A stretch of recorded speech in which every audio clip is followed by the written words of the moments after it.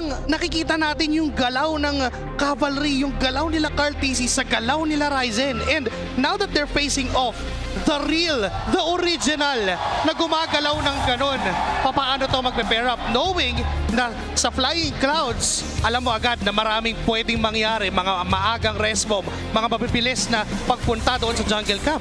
Friends, masasagot na lahat ng mga katanungan nyo because we're finally officially kicking off in game number 1. Flying Clouds ang pinili ngayon ng Team Liquid Philippines where they have a 14-win, 0-loss record. Looking at the two of the bands again, Kalea ang pinunteriya kaagad nitong si Coach Snap, knowing na si Perks ang gagamit niyan. This is now the familiarity working in, given nga na naging former teammate naman nila Carl TC ito dati. Tsaka hindi lang yun binigyan din talaga nila ng respeto itong Fanny. Kasi normally itong Fanny na to, naninirahan na to sa red side, di ba? Kasama ng isang Freya.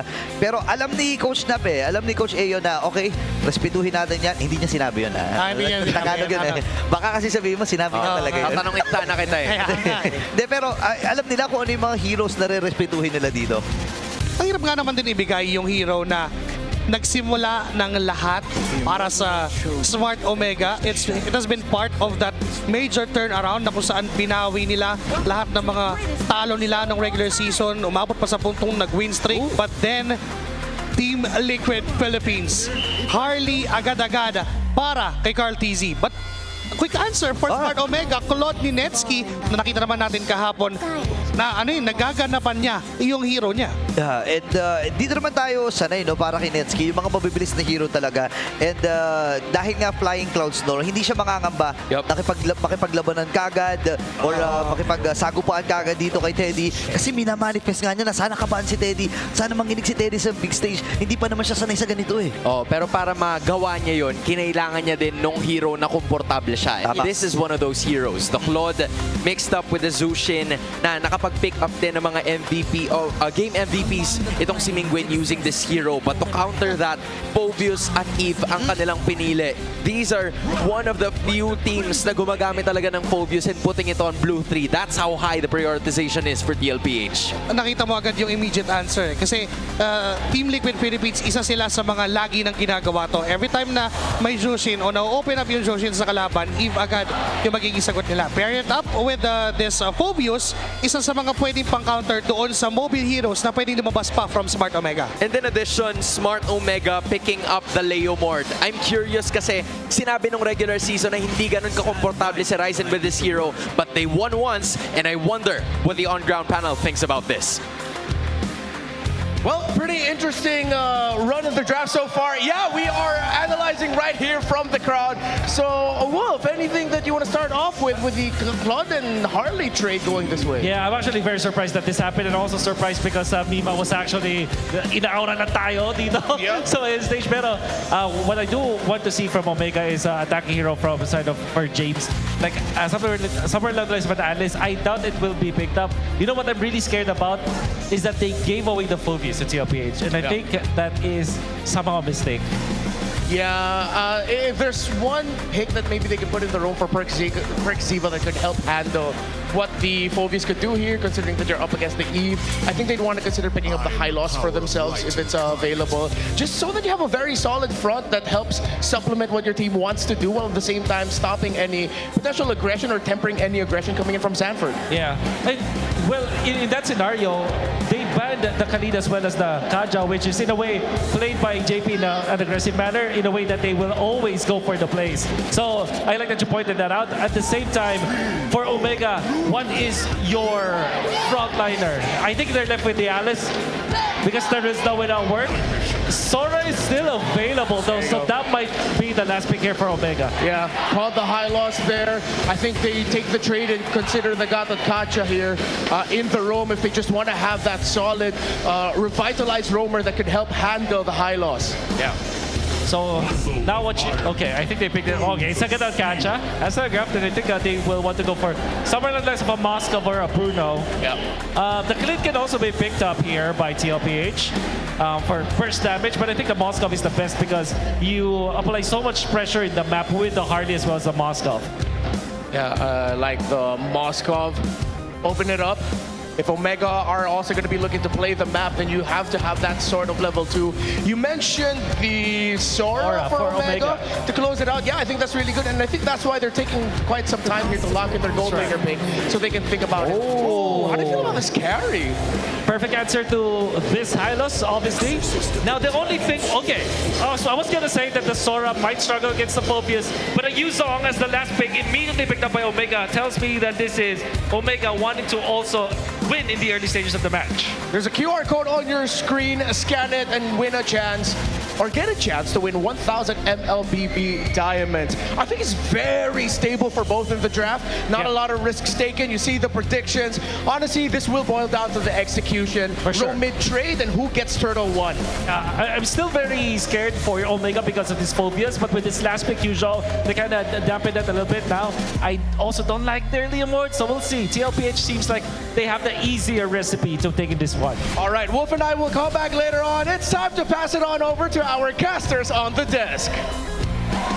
Maraming salamat, Renmar and Wolf. They've already said their pieces para sa Game 1 draft ng parehas na kupunan. Joshi, they've talked about the Leomord. And then you've also pointed out yung carry pagdating ng dulong part ng TLPH draft. What made it so optimal para sa draft ng Cavalry in this game number 1? Na-answer na nila agad yung threat na pwedeng gawin ng Smart Omega with that Hylos Red 4, with that carry Blue 4 para sa Team Liquid Philippines. Wala na agad silang problema doon sa frontline. Kaya din napilitan na yung Omega na kumuha ng Yuzong Dandaalis kasi nga mahihirapan na yung tank heroes ng Omega. Now we're looking at the other side. Smart Omega last picking itong Yuzong para sa kanilang kupunan. What's the idea behind it? Paano nila to i-operate upon getting that first turtle na nabanggit din ng ating panelists? But before that, aurahan na kagad.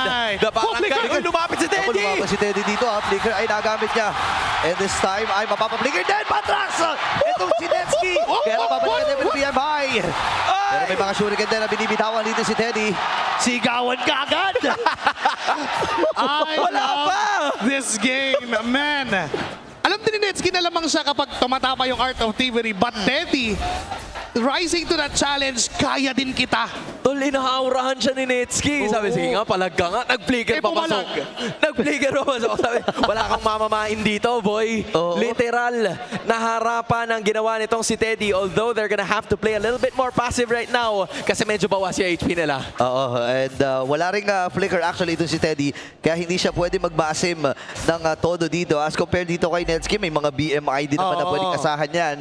Ngayon, ilang segundo para doon sa unang pagong ng larong ito. At maaga na ata pwesto dito ang Omega.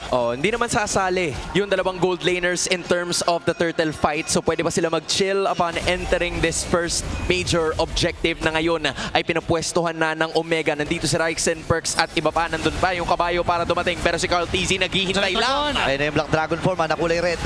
Susuruhin dito ang Team Liquid Philippines. Si Ryxen nakakuha na. Ito bagong. Habang si Sanford nagtatalo na rin. Nakamit na rin manipulation. Sa niya, may ipit at ang mga membro dito ng Smart Omega. Guard easy with a kill. Atrasan muna ang Omega dito. Ming Queen makakabit ng isa. Pero nagtatalo pa rin dito si Sanford at si Sanji. Nakakuha na rin ang kill. At si Sanford ay mamamatay sa naging proseso. Pero game pa sila kasi si Guard easy nandito din. Pinagbabato ng mga baraha at ang Team Liquid ang lumamang doon. Sige sa inyo ang pagong pero sa amin ang pagkitil ng mga buhay. Dahil sa level 4 dependency ng mga heroes ng Smart Omega, the moment na nagamit na yung resource, just to zone, but JP's gonna go down. Another Phantom Steed mula kay Ryzen, but then again, looking back dun sa nangyari, the moment na nag-ubos ang resource ng Smart Omega, it's go time for Team Liquid Philippines, but Sanford! Ayun na, go time din daw eh. Tumalo na rin dito si Sanford pero siya may ipit mula sa kapitan ng Omega na si Mingguin pero siya bibigyan din! Nabuhay pa! Oh Nakasabit pa yung kanyang HP, but that was a change of targeting para sa Smart Omega. Nakita nila si Sanford, yun kagad ang ginaw. And yun naman ang maganda para sa lineup ng Smart Omega. They have the ability for that punish. Every time na mag-overextend, every time na may makikita sila from Team Liquid Philippines na sobrang lalim, may it be Sanford or even JP, they have the means, they have the layers of crowd control and damage present para patumbahin yun. So the goal now for TLPH is medyo i-delay itong si Netsky kaya tumulong na itong si JP para makapag-farm ng maayos si Teddy. They've done their job there. Hindi na sila mag-engage pa. Now we go to the mid side. Mingguin at itong si Perks naghihintay ng papasok dun sa bandang ilog but you have to understand na parehas ang Liquid at Omega na medyo nagiging careful na sa gusto nilang gawin kasi kailangan lang dahan-dahanin to. 3-3, 300 lang din yung lamang. Diba? And ngayon magsisimula na rin yung pwestuhan dito sa Pagong. Remember, kaya rin ang bilis kasi ng mga bakbakan natin. Dahil Flying Clouds, replenish lang ng buhay, balik kagad. Kaya rin malakas ang loob ng TLPH at Omega na magsimula ng laban. Kagaya nga ng pagsisimula ni JP dito. Nangalahati na kagad ng HP ni Perxiva. Ngayon yung Black Dragon Form, nagamit na rin. Pero siya nabigyan kagad! Bababa sa 30% ang buhay niya. At siya pero si Carlito pa rin! Ang nakapwesto at nakakuha sa Lord. Sabay nakakuha ng kill dito ang Naku po si TLPH. Ryzen. Si Ryzen ang kanila pinupuntahan. Pwede bang makalik dito pero si Big Win. Pinrotektahan lang ang kanyang kakampi. Sinakripisyo ang kanyang sarili. At si James naman ngayon ay poproteksyonan din. Pero hindi na siya aabot pa. Mamamaalam si James doon at biglang lamang na naman ang TL. Nakawala si Ryzen pero kapalit ay 2 buhay. Is that even a good trade? That is not a good trade. Carl TZ pa nakakuha ng turtle sa anumang rason for a goat reason na nakapasok siya sa turtle pit.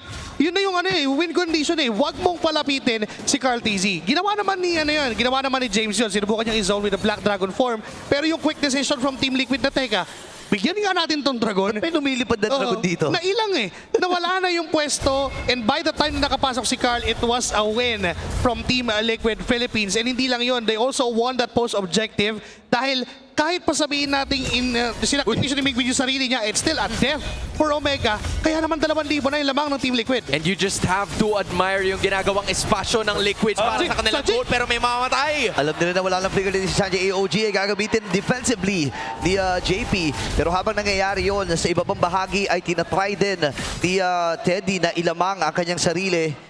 Pero magkakakitaan nata dito. Nagkaamo yan, pre. Bago pa pumasok si Teddy, inilawan na kagad nitong si Mingwin. Team Liquid Philippines holding on to a 1.9k gold lead 6 minutes in. Pero yung Omega, they're slowly carving their way para kahit papano ay makakuha din ng objective. Split ang ating turtle take sa pagitan ng dalawang kupunan at sa ilalim ng 15 segundo ay makikita na natin ang pinakahuling pagong ng laban na ito. Will it go to Liquid or will it go to Omega? Dahil sa ngayon, pinupwestuhan nila yung mga posibleng pagpasukan nitong Team Liquid Philippines. Sanford, JP giving the vision para kay Carl at kay Sanji na mag-deal ng damage. Mahalaga naman for Smart Omega, alam din nila kung kailan nila kayang mag-burst at kailan sila magta-target. Now, Perxiva. Maganda na pwesto ni Perxiva dito habang si Nesky ay tinutuloy lang doon sa Pagong habang Black Dragon Form pinagamit na rin Mingwin. Nasa Lalaban! pero hindi mo pa demolisyon gamit na Petrify. Mula dito kay James, pinutan niya si Sanji. Pero sa gilid na bahagi, si Nesky naman ngayon tinatanong ni Sanford. At nakakuha na sila ng panibagong kill. Tatlo na kagad ang tumumba at ang Team Liquid pabigla. Ang nanguna at lumamang doon. 4-man Dark Wave mula kay Sanford. Back it all up with that RWM na sakto sa boundary mga members ng Smart Omega. Damage is present. Wala nang tanong-tanong from Team Liquid Philippines. Looking at this instant replay, yung flicker Dark Wave na nanggaling. Yes, nakuha nyo nga yung turtle. Pero that Dark Wave, 4-man. Lahat ng yun, nandun pa sa dulo ng RWM and hindi na gumana yung damage output ng Smart Omega dahil din kaya silang banatan ng Team Liquid. Pero hindi pa tumitigil si Ryzen. Gapiranggot na lang yung buhay at papalag na naman yung TLPA. Kailangan na niya mag-recall dito habang si Mingwin. At si James ay namaalam din. Perxiva ay nakabawi din ng isa. Pero dalawang miyembro mula sa Team Liquid Philippines ang natutulong sa kanya. Sabay dadating na yung GOAT na may dalang baraha. May recall pa na gagawin pero mabubuhay ata. Pero si Carl TZ ang lilinis ng mga naganap. At ang Team Liquid Philippines na naman umaabanting muli. Kamusta dati kong kaibigan? Carl TZ tinapihan sa muka yung kanya naging dating kakampihan. Perks, nowhere else to go. Team Liquid Philippines now with a 3.9k gold lead. Flying Clouds has helped them so much in this game. At talaga mag-engage panalo! Oh my goodness! No room to breathe, says JP and Liquid. Men, hindi na nga inantay na sumabog yung mismong Deadly Magic eh. Namatay. Abunado Abunado. pa. Abunado pa si Mingwin dun, pre. pwede siyang mabuhay ng bawas pa rin yung buhay niya. Oh my God. Yun yung damage output ng Team Liquid right now. And it just took them one unbreakable ni hindi na nga pumalo si Sanford doon para lang patayin isang member ng Smart Omega. And that's worrisome if you're Smart Omega kasi para maging efficient yung lineup, mas gugustuhin mo sana na tumagal yung team fight para magkapwesto itong Zushin and even itong Claude because both of them are damaged over time. But unfortunately, there is no time for them. Team Liquid Philippines, pag nakakita ng isa, burst lang, yun na yung call. And that makes it so much more difficult para sa Smart Omega na makapag-engage kasi kung meron man silang makikita na isa, it's either JP or Sanford na willing talaga makipagsagupaan sa kanila. So what Liquid has been doing is to try to find the other. Si Netsuke makakaiwas sa kabilang banda. Titigilan na ba siya ng dagot? Ang sagot ay titigilan pala yung laro mismo. Okay. So pupunta muna tayo sa isang pause as we're trying to figure things out at pakiramdam ko, kailangan din naman natin to kasi wala pang 10 minuto yung laban pre. Sobrang dami na nangyari. Wala pa palang 10. Wala ba? Ay, talaga. Wala pa ba? Parang wala pa, no? Parang 17 minutes na eh. Wait nga lang. Inom nga muna ako tubig. Sige. Buti na lang filtered through volcanic rocks to. Oo, buti na lang. Uminom ka muna, pare. Ikaw, Joshi, wag ka munang iinom kasi kakailangan kitang kausapin. Oo nga And eh. what went right para sa Team Liquid Philippines? Paano ba nila na-execute yung mga ganong klase ng galaw? Pero San Juan Arena, kailangan namin kayo! Nasa ng ingay ng Cavalry!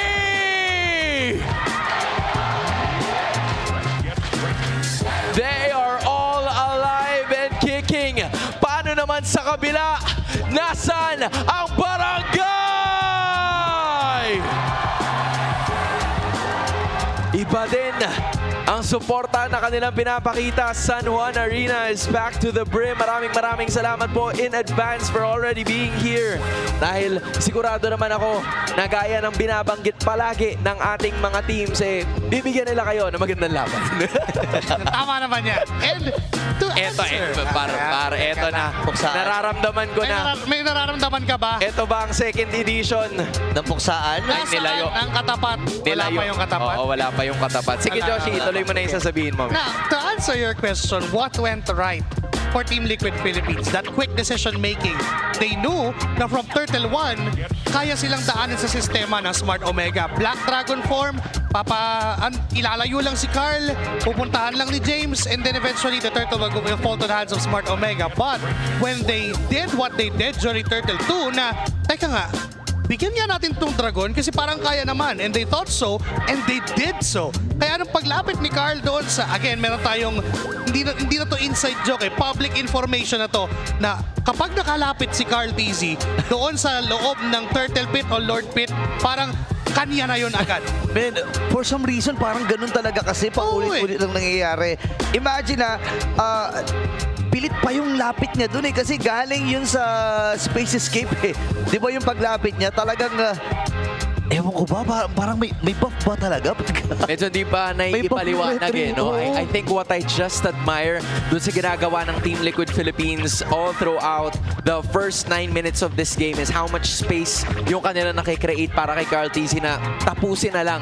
Yung iba sinasabi, pulis daw yun ipupulis na lang kasi di ba, tatapusin niya na lang yung laban. Pero ito na, speaking of which, andyan ang ating ML Police dahil dadali na tayo sa laban. Still with a 4.6k gold lead ang Team Liquid Philippines at hindi basta-basta hayaan ni Carl na mapunta lang kay Ryzen ng madalian ng purple. He was still able to get it, pero ngayon ay pupwesto na ang Smart Omega. May tatargetin yata sila with Sanji already using the flicker. That is a major resource na ngayon ay wala siya. Maaaring maging vital yun for Smart Omega. James can just go to the back and try to target Sanji. But unfortunately for them, Team Liquid Philippines mukhang mamadaliin yung Lord. Oo nga, irarashata nila to. Masyado pang malayo si James at itong si Netsuke. Naku, River si na gamit kagad. Nabitawan din naman yung kanyang revitalize. Black Dragon 4 may nagamit na rin. Papunta na doon sa gitna. Petrify nagamit pero si Carlito. Doon sa Lord Teddy mamamatay. Hinahabol pa rin si Persiva. Netsuke with a double kill. At naghahabol pa rin dito ang Team Liquid Philippines. Andiyan pa naman si Sanford, JP at si Carl. Atras na rin siya muna dito with a space escape. Apat na miyembro pa natitira para sa Omega. Pumasok din with a flicker Dark Wave. Pupunta si Persiva. Namiss kita pre. Namiss ka namin pre. Pero si Mingguina muna ang kapitan ang ating uunahin.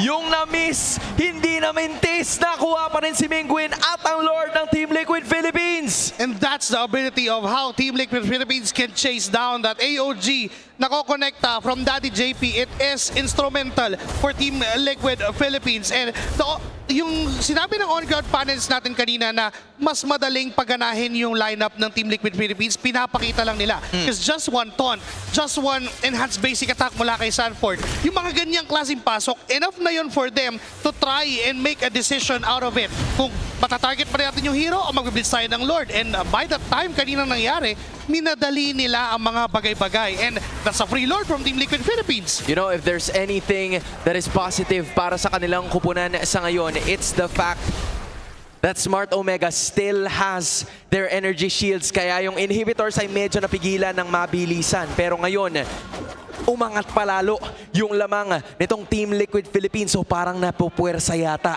itong barangay na gumawa ng galaw. Ang tanong ay kung bibilhin ba yung trip kasi si Teddy na naman ang namataan. Ginagawa nila ang lahat. Black Dagger Form yung nagamit. Pero nabukas agad yung buhay dito ni Perxiva. Black Dagger Form ay bumaba na nga. At bumaba rin mula sa AOG. Dito si Daddy JP. Habang sa gilid na bahagi, mapapatay nila si Ryzen. May tutukan pa nagaganap. Si JP dito. At ay mamamatay din. Habang si Mingwin at si Netsky ay aatras na. Tapak muna ng Cyclone Eye. Pero bigla-bigla lang, pre. Tatlo na lang ang natira sa Omega. That was a 2-for-2. Omega wanted one, pero at least nakakuha sila ng isa kahit nabawasan sila ng dalawa. Okay, kahit pa paano naging even naman yung trade, I can say na lumamang pa yung Omega doon kasi nakakagawa sila ng paraan para may mangyari para sa team nila. Kasi for Team Liquid Philippines, sila yung may luxury na, teka, pwede tayong maglaylo. Pwede natin silang hintayin mag-engage and ka-counter lang tayo. And that has been the story ever since. From Team Liquid Philippines, sila lagi yung ka-counter engage. Sila lagi yung pangalawang papasok kasi kaya naman ng lineup nila. And the moment na makontain ni Sanji with that RWM, yun na yung go signal from Team Liquid Philippines. So, teka, sige, sagasaan natin lahat. I-push back natin sila. But for Omega, ang kailangan nilang i-consider lahat ng mga flickers, timings, ultimates, spells na meron ng Team Liquid Philippines. At yung pinakapansinin din ng Smart Omega ay itong si Teddy. 3 beses na nilang nahuli si Teddy in game number 1. What exactly can Team Liquid Philippines do para maiwasan yung mga ganong klaseng sieges? Tigilan na nila muna yung bait ng pwesto dito kay Teddy kasi the moment na nakita siya doon sa may middle, doon na nag-go ang Smart Omega. Kailangan muna nilang itago yung kanilang carry dahil the moment na wala yung carry, ang laki nung mawawala. Sabihin na natin 1/3 of the damage department will go down in Perxiva. Okay, River Manipulation na nagamit din. Glorious Pathway ang gagamitin niya para na makatakas din. May mga nabitawan ng mga ultimates, lalo na yung River Manipulation na matagal-tagal din ang cooldown. Tingnan natin, may mahawakang pang magaganap dito at si Carlito na ang magbibitaw muna nito. I-reset nila ulit itong Lord Sanford. Sanji nakakapit doon sa major objective and si Mingwin ay nakapwesto lang ng maganda. Netsky malalatagan ng damage output dahil nga medyo evolved na rin yung Lord. Pero ganun din yung kanyang damage. Ready ba sila para sa damage output? Okay, pero umatras na si KRTC dito. Nagamit na rin yung Lord. Pero si James ang makakakuha. Kaya lang ang naging goal dito ng Team Liquid Philippines. Sige, lumaban na lang tayo. Kumuha na lang tayo ng hero dito. Sa may buhay pa. At si Ryzen ngayon ang pupulutanin ng mga miyembro dito ng Team Liquid Philippines. Atras muna sila dito, Mingwin. Piniilawan lang yung daan na pupuntahan ng Omega. Isa lang naman ang namatay sa magkabilang kupunan. Parehas pang importante dito sa larong to. Biglang nagkaroon ng buhay ang barangay side sa San Juan matapos nila makuha ang Lord. That is a major objective. I could say stolen by Smart Omega from Team Liquid Philippines. Nung nakita nila na nalulugi sila dun sa long lane, minadali ng Smart Omega yon. And kailangan nilang gawin yon. Because the moment na maisayaw ng Team Liquid Philippines yung Lord na yon, unti-unti silang malulugi dahil pinupush na ng minions yung bottom lane nila. Now, for Team Liquid Philippines, madali lang naman. Wala namang kaso tong Lord na to. Madali lang nila mapaburst down. Pero dahil nasamahan to na Smart Omega, this would be worrisome. Ayun na, Glorious Pathway nagamit at si Daddy JP ang pinuntahan ng mga member dito ng Smart Omega. River Manipulation, even si Perxiva! Napagsakan pa nga ng AOG, mabibibili naman si JP. Pero si KRTC, pinuntahan na kagad si Mingwin. Lalapitan din at pinato ng mga baraha. Mabubuhay siya with the sliver of HP. Habang si Ryzen pumasok na rin. Dinabasan niya ang kanyang kabayo. Pero si JP ngayon, sinasalo lang ang damage mula mula sa Smart Omega at tumatras na si Ryzen. Hinahabol pa rin siya dito ni Raging Sandstorm. As Sanford rather at si James ngayon ang pinuntahan. And then the Magic will secure that one. Omega ay aatras na rin. At alam mo yung malala doon, wala pa si Teddy doon sa Wala team pa. fight. Sobrang katinan damage ng Team Liquid Philippines, taking 2 heroes down. It was not a good decision for Omega na labanan ang Team Liquid Philippines doon. All they have to do is just try to accompany the Lord para sana makapunta doon sa base, sa inhibitor turret ng Team Liquid Philippines. But because of Team Liquid Philippines just engaging for Smart Omega, nahirapan na rin silang umalis dahil hindi naman sila tulad ng Team Liquid Philippines na tumatalon-talon. Ang meron lang sila, maglakad lang dahil doon sa Glorious Pathway. Ang kaso, nagamit na nga nila pang engage, so hindi na sila makatakas doon sa punish na ginagawa ng Team Liquid Philippines. Now, level 15 na rin etong si Sanji. Pakumpleto na rin ang kanyang mga items. In fact, isa na lang, pa-Winter Crown na lang yata siya for added survivability. Oo nga no, parang kung ikaw ang Smart Omega dito, mamimili ka na lang kung sino yung gagawin mong alay. Kasi kapag nag-Black Dragon form ka papasok, i-burst down ka rin. Oo. Pag nag-Glorious Pathway ka, it's gonna be the same thing. So sino yung dapat matira para sa kupunan ng Smart Omega para ma-execute nila yung kanilang 4 na damage dealers? Kasi yung ginagawa ng Team Liquid Philippines kanina, kahit 4 lang sila, nandun yung total damage eh. Mahirap lang dyan kasi kahit sinong ipadala mo, kayang i-burst down. So what if sabay-sabay mong ipadala lahat? What if yung Black Dragon form and yung Glorious Pathway ay nakatutok doon sa gusto nilang target? Back it all up with Netsuki's Blazing Duet, that could be good for Smart Omega. But the moment na gawin nila yon, wala nang rason para umatras. Kailangan ng ipalag. Kasi kapag pumasok ng Smart Omega, re-respetuhin din ng Team Liquid Philippines. Ang damage! Teka lang si Big Win! Okay, buti tumama yung taunt. Kaya may ibit ata si JP dito. Meron pa naman siyang immortality. Naku po, Ipapapap niya damage ata ito. Netsuki, nag-BMI na rin. Glorious Pathway para lang bigyan ng daan ng Omega na makaatras. Pero dahil sa mga kaganapan Oh na my yun, gosh. libreng kukunin ni Teddy at ni Carl TZ ang Lord na ito.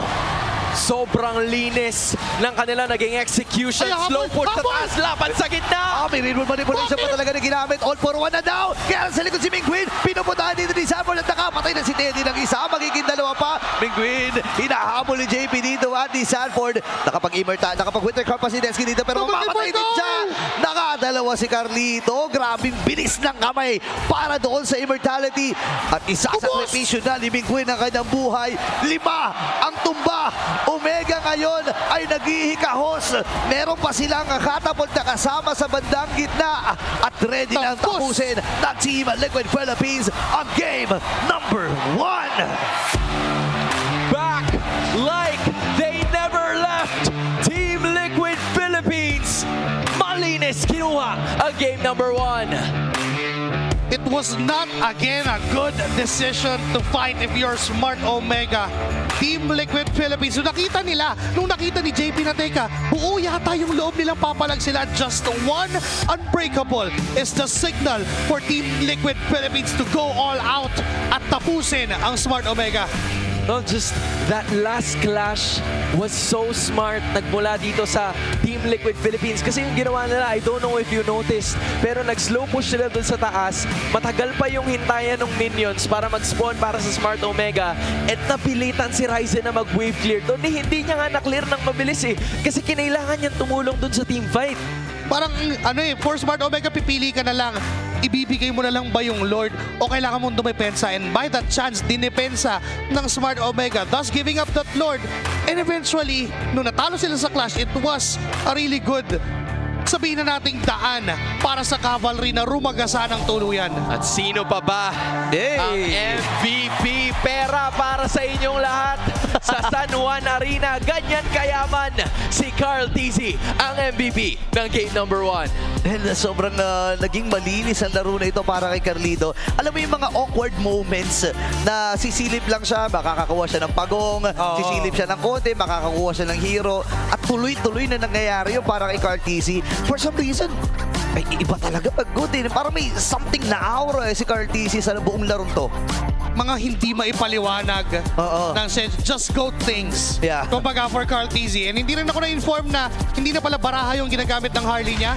Pera na, oo. Oo, ganun nakatindi si Carl TZ in this moment.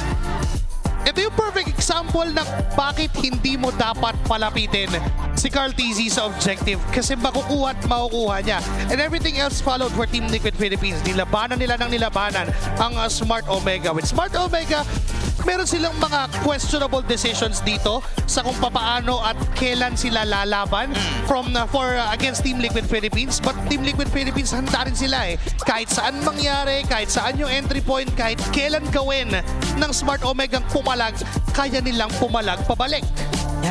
Yeah. It felt like there's always a counter dun sa ginagawa nitong Smart Omega. Kasi nga, I think ang naging problema sa lineup ng Omega is yung dalawa man ng kanilang main initiation, it felt like kailangan papasok. And TLPH was ready. Yung Dark Wave nandun. Yung JP Unbreakable nandun din. So there was just so many things na kailangan alalahanin ng Omega aside from the damage na meron na yung Liquid. Parang mousetrap nga yung pinapasukan nila dito. Once na may nagpa-bait dito sa Team Liquid Philippines at kumagat ang Smart Omega, wala nang atrasan, wala nang labasan. At yun yung paulit-ulit na nangyari. And kung titingnan natin sa mga last na team fights na naganap na to, alam ng Team Liquid kung sino ang prio hero na papatayin nila eh. Tol, i-ano ko lang, i-remind ko lang kayo. 26 kills yung Team Liquid Philippines kanina. Ay, 25 pala. 25. Bihira nating makita yan dito sa MPL Philippines. Pero sabi nila kung lalabanan nyo kami ng team fight, sige. Di naman kami. I would like to double down on what you've said na for Team Liquid Philippines, nandoon yung alam nila kung sino yung target nila. And for them, everyone is a good target. Hindi na, umabot na sa punto na kahit sino na naabot nila. Kahit sino na kayang ratratin ni Teddy ng kanyang mga shuriken. Kahit sino na kayang i-dut-dutin ni Sanji ng kanyang real world manipulation. I mean, literal na kahit sino. Alam mo, that also is one of the things na na-realize ko. Si Teddy na pick off ng 3 beses. Usually, pag nangyayari yun under 10 or 12 minutes, may hirapan ng mag-scale yung carry. Pero sobrang tindi nung pag-step up nung 4. It felt like they were still one machine moving forward and they were just letting Teddy farm all the time na halos 2 o 3 beses yata na hindi siya kasama dun sa team fight. And yet, the 4 horsemen were still winning. Yeah, makikita natin kung paano magpe-perform or nagpe-perform ang Team Liquid Philippines. Kasi for the longest time, nasanay naman sila na 4 sila magkakasama. Si Sanji, si Sanford, si Daddy JP at si Carl. So parang sinasabi nila dito, sige Teddy, ikaw na bahala sa buhay mo. Gawin mo lang yung mga gusto mong gawin. Ikaw na yan eh. Ikaw na yan eh. Magbakasyon ka, hindi Magbakasyon ka. naman. Paid vacation nga ang tawag ni Womi dito sa nangyayari. And for Team Liquid Philippines, I want to give it up for Sanford. I mean, yung crucial Dark Waves, yung crucial enhanced basic attack, lahat ng mga bagay, micro-wise from this Phobius, pinakita niya lang kung